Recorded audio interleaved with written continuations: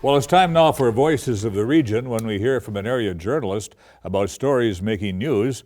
This week, our guest is author and columnist Aaron Brown in Itasca County.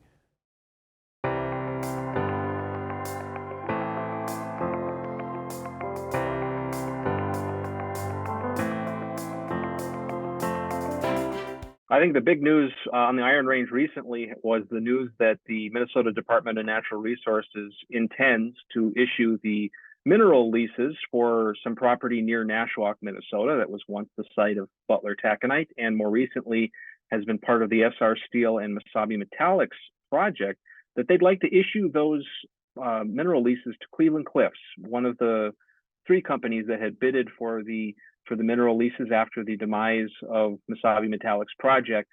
And this is big news for especially the workers and families at Hibbing Taconite, because Hibbing Taconite was nearing the end of its natural mine life. It was running out of ore in the space that it had. And the big question was, where were they going to get more ore? And if they couldn't, would they have to close? Of course, that was a very real possibility. So that's big news on the Western Mesabi, but also it marks the end of this SR Steel project, the 20-year hope that we'd be making steel someday on the Mesabi Iron Range and in the Nashwauk area. It's kind of a bittersweet feeling for me. I remark on good that Hibbing Taconite stays open, but it's also a real problem in a way that we spent so much time and money on something that didn't come together for various reasons. So it's perhaps a lesson for the future as well.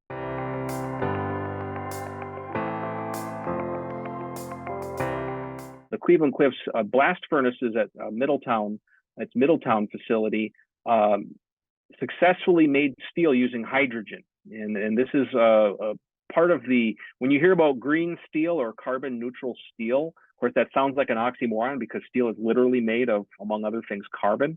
What that means is they replace a lot of the coking coal, the coke that goes into steel with hydrogen in a chemical process that then turns the iron ore into steel through another chemical means.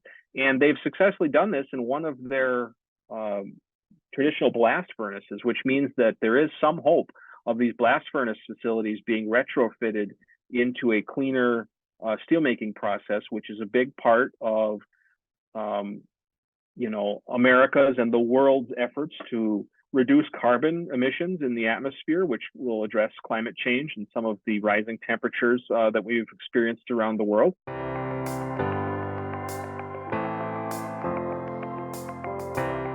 The Goodman Auditorium in Virginia, at the Virginia High School, one of these classic range auditoriums built in the 1917 in their case, with mining tax dollars from an era when towns could really access more of the value of iron ore at the mouth of the mine through the tax laws of the time.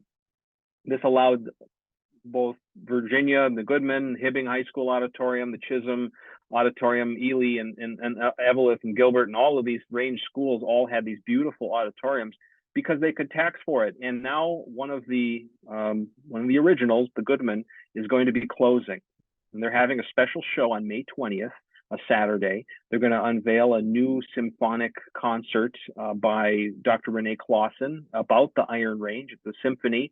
The Mesabi Symphony Orchestra and several local choir and musical groups from both the school and the community are collaborating for this special show, and they're going to close the Goodman Auditorium in style.